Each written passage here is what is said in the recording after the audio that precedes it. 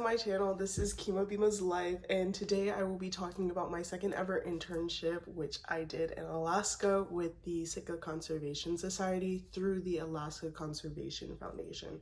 So I'm kind of just going to talk about like my whole journey through everything, and hopefully something that I've done or whatever I'm talking about may help you in your internship journey, or just may help you in general, or maybe a little entertaining. So this was in 2024, and basically what happened while I was at the Smithsonian, and if you haven't watched that video, you should go and watch that video.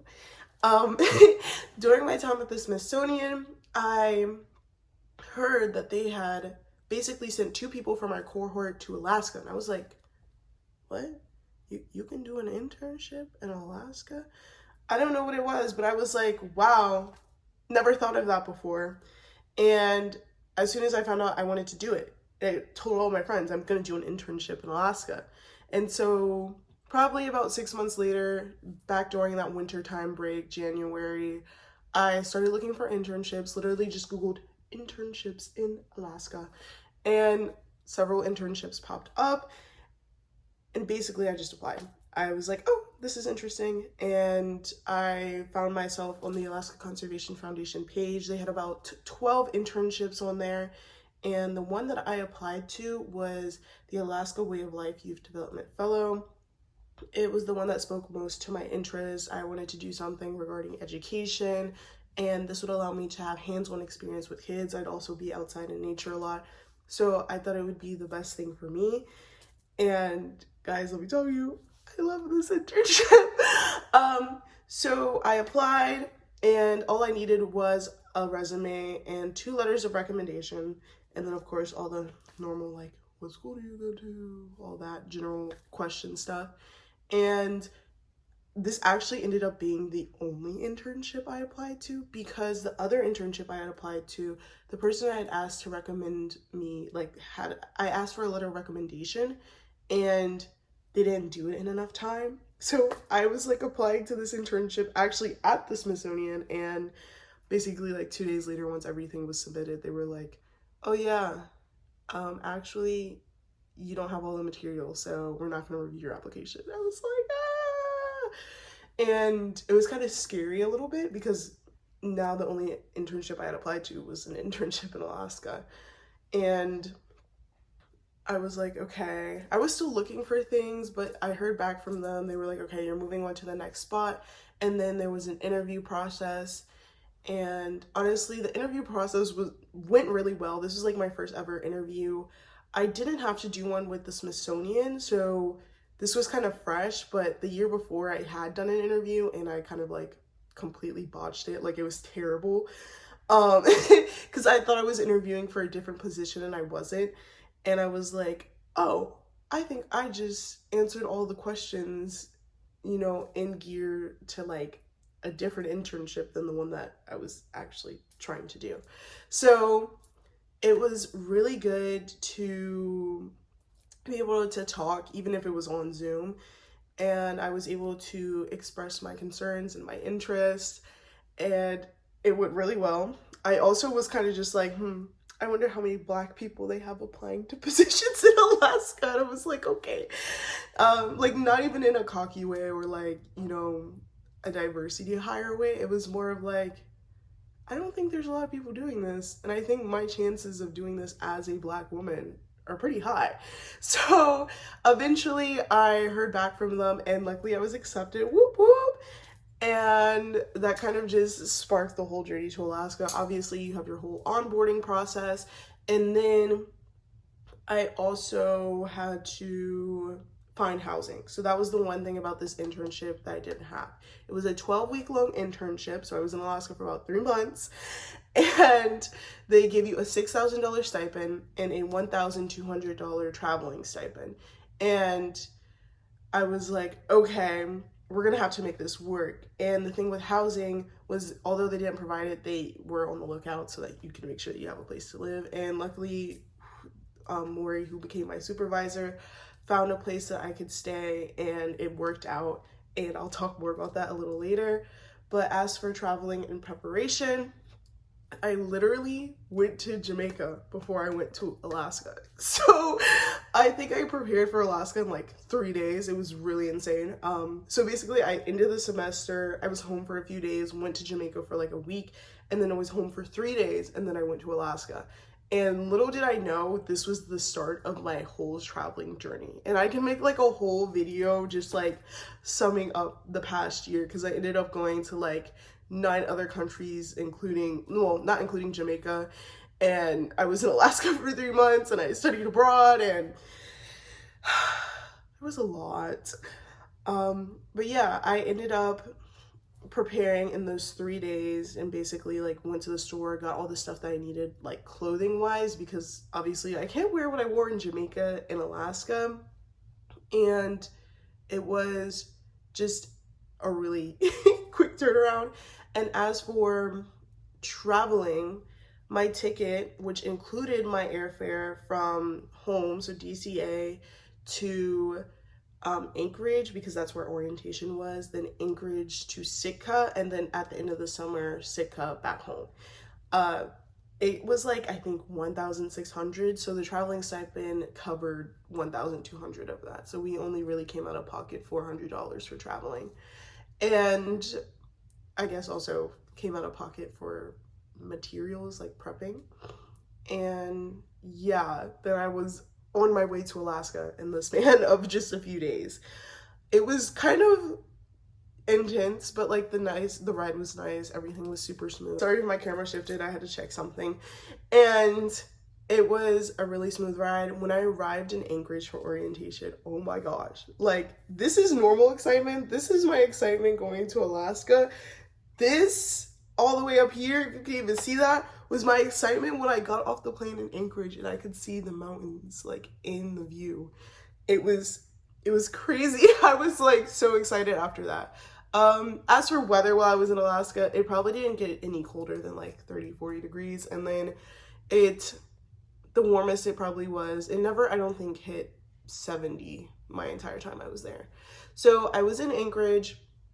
I had about like, it was like 2 half days of orientation and 1 full day. So we had a half day, full day, and then a half day. And it was super fun. I was staying in an Airbnb with 3 other participants from those 12 internships I was talking about. And a lot of people didn't end up making it to orientation, but there were at least like 5 or 6 of us at some point. And they basically provided us with like most of our food and a place to stay while we were there. And as for transportation, we mostly walked around. If we were going somewhere, the person in charge would just drive us. And it was a super like chill time. We spent our time like walking, taking pictures of like just how beautiful the environment was. One day it was super sunny. You could see like the volcanoes across the way in the water, and we were looking out on the mud flats, and we were looking for moose. We didn't see one, and unfortunately I didn't get to see one because on the island that I went to, and I'll talk more about that, there were no moose. So yeah, but our time in Anchorage was super chill, super fun. And then we all went our separate ways because actually all the interns go to different places. So a lot of people stay in Anchorage, but there's places like Homer and Sitka that people went out to, and a few other places as well. So yeah, there was like, okay, there was a guy who had to go get all his food for the summer before he left to go to where he was going, because that's how remote it was. I was like, oh, you know what, God is good. I didn't have to do all that. So yeah, it was super fun, super cool.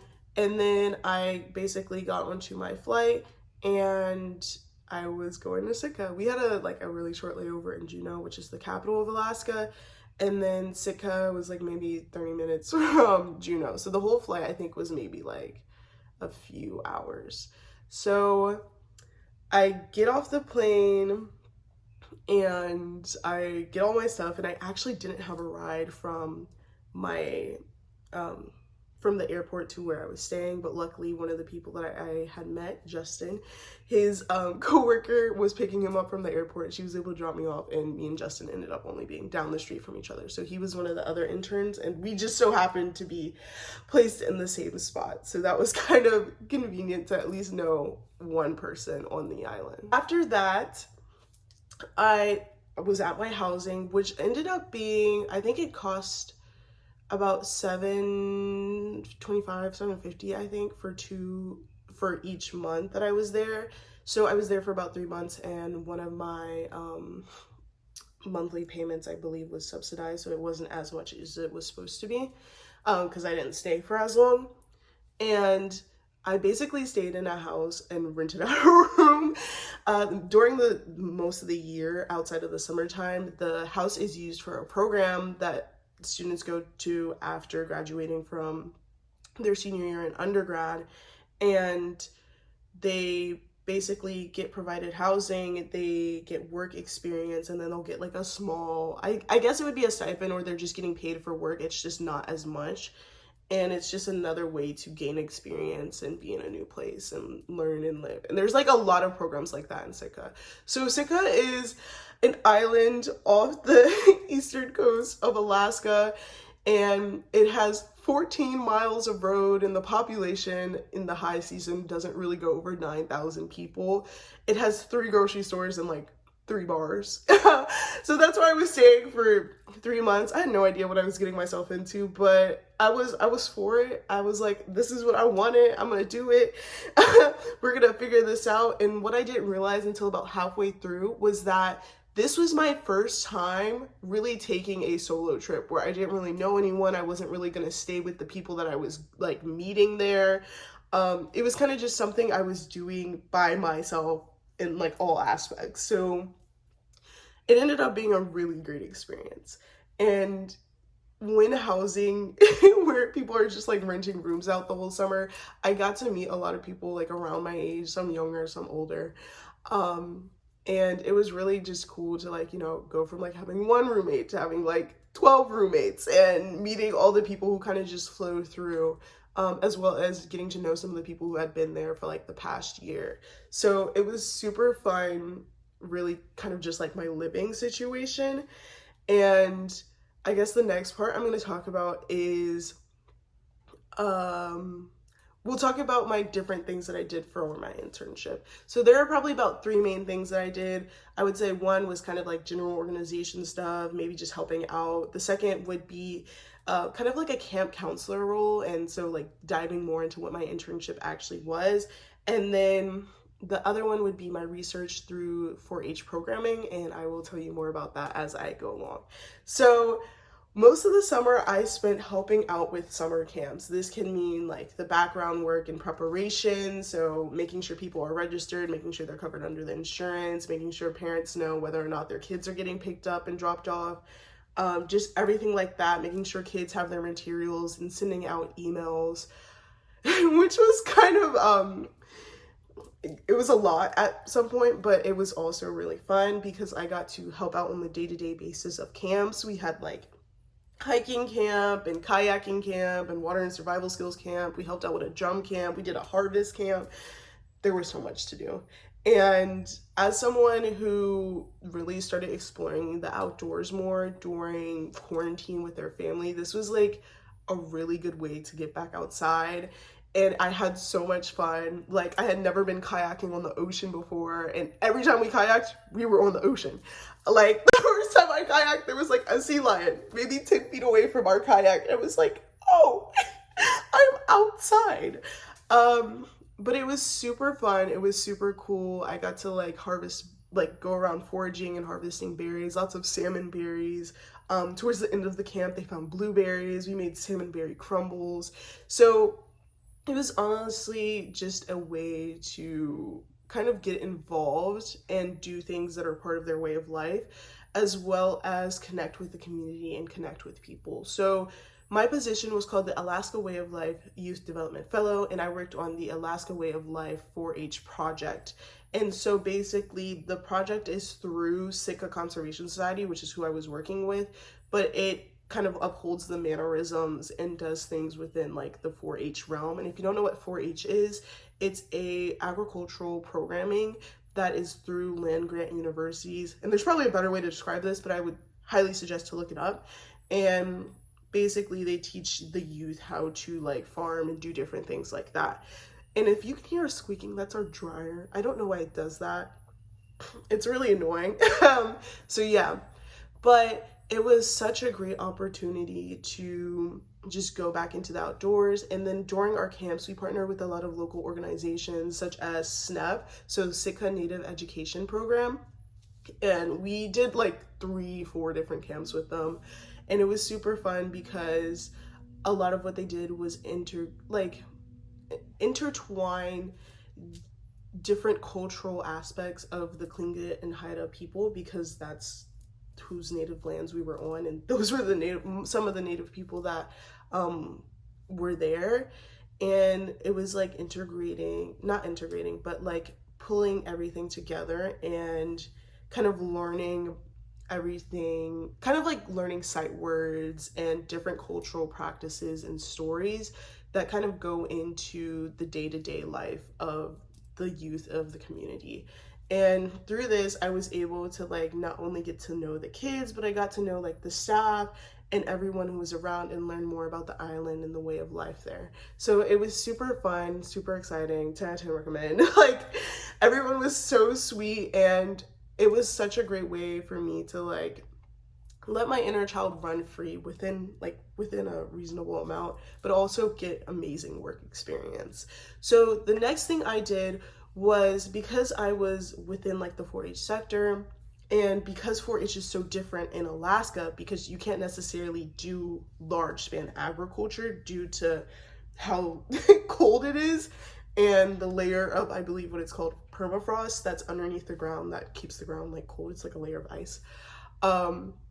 We kind of do things a little differently. And during my research, I was basically looking at 4-H on a local level, 4-H on a state level, and 4-H on a national level. And I think I interviewed like anywhere from like 7 to 9 people.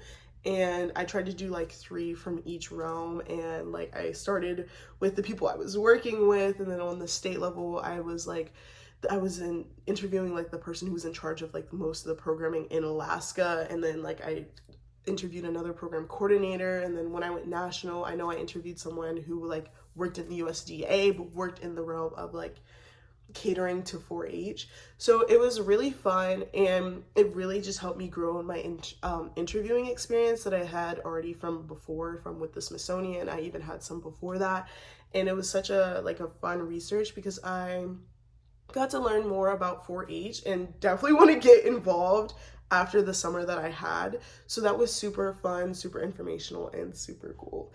And the last thing I would say that really rounded out my internship experience was kind of just general helping throughout the organization. So during my internship, I was in basically Sitka is part of the like on the island is part of the Tongass National Rainforest, which, if I'm not incorrect, is the largest temperate rainforest in the world. So it was super cool to be around that, but I also had the opportunity to explore the water and like go off the island on boats and do different things. So they were called Allen Marine cruises, and it's like an excursion. So if you like were to take a cruise to Alaska, you could do an excursion for the day and then like, come back when it's time for your cruise ship to leave. And so I went on 3 of these boats. I got to go to a salmon fishery, which was super fun. So I got to see how they've kind of like bred salmon and release them out, and then the salmon come back when it's time to return. And then I got to go on a bird watching cruise, and we went to this island where all the birds kind of like hang out. And when I tell you there were so many birds, I saw a puffin. This was probably the cruise I saw the most wildlife on. Like, I saw whales. They were jumping out of the water.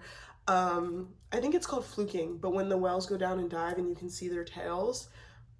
We saw a mom and her baby like dive down, and someone like got the most perfect picture of it. I'll have to include lots of photos and videos for my journey there in this video. And I saw sea otters and sea lions, and I think I saw jellyfish when we were starting out. It was so fun. And then the third one I did, this was the very first one, but the third one I'm going to mention is we went to explore intertidal pools, so I got to see like starfish and sea cucumbers and crabs, and we were kind of just like flipping over rocks and looking at animals, you know, picking things up, but only within a limit. So like if you pick something up, like hold it very close to the ground and then put it back where you found it, kind of thing, which was super cool. As for wildlife, some of the other things I saw a lot of were deer, and then on my very last day I saw bears. I had seen them before, which was at the Fortress of the Bear that's on Sitka, and basically, you know, they take in baby bears whose parents may have just gotten, you know, so that way, because legally you're supposed to the baby bear, and that's not cool. You don't want to just, you know, do that to baby bears. So basically the Fortress of the Bear is there to hold those bears, and so I saw bears there, and I also learned how to spray bear spray there because it was Bear Awareness Day. But on my very last day was the day that I got to see bears in Sitka. So it was the evening time. We went me and Justin, who had went moose hunting before, like to go find a moose to see it, with someone else that we had met. We also did that the last day in Sitka, and we went out with one of his coworkers, and she was an intern as well, and we all saw a mom and her 2 cubs, so that was super cool. But yeah, so much wildlife, so much salmon, and I would say this internship experience was just so amazing because I got to do a lot of things I had never done before. Like I went camping for the first time. As I said, I went kayaking on the ocean for the first time, and that's all we did. And then I got to like learn native Tlingit words and put them into practice, and I got to harvest fruits and veggies. Well, yeah, fruits and veggies. It was so much fun, and I take a lot of the values and the practices that I've learned from that experience and bring them into my everyday life.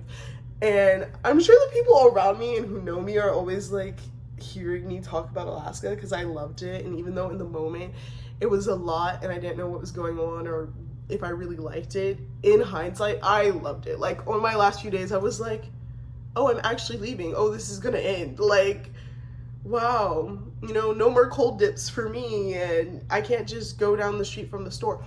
That's the other thing. So going to the store in Alaska, this is probably where most of my internship money went, but we had a store maybe like down the street and around the corner, like literally down the street and around the corner. And as I was saying, there was only 3 stores on the whole island, so I was luckily near one, and groceries were so expensive. Like if you had like forgot a few things, like say you needed like maybe 5 things, easily could be $50. Cereal was like $10-12. Your girl was not eating cereal while she was there. But it was very much so taught me how to like not let anything go to waste. Like I had leftover Tostitos chips and I threw those in a burger that I made. So yeah, and I also got to try lots of new foods while I was there. Like I think I had herring eggs, and I had reindeer sausage, which is really good, and caribou jerky, which is also really good. And I think I tried sea urchin, salmon semen. I don't think that's what it was. I think it was salmon testicles, but like I tried that. Tastes like fish. And I think I tried a few other things while I was there too. So it was just generally a really good experience. I got to try a lot of new things and explore different interests that I didn't even know that I was interested in. I got to go snorkeling and hiking and just everything. But thank you so much for watching my video. Please stay tuned. I may do another video about Alaska to go into detail about certain things. And there will definitely be another video as I talk about my internship experience this summer, and also talk about my like finding my internship kind of process video. So thank you so much for watching. Stay tuned in, like and subscribe, and if you have any questions, comment down below. Bye guys.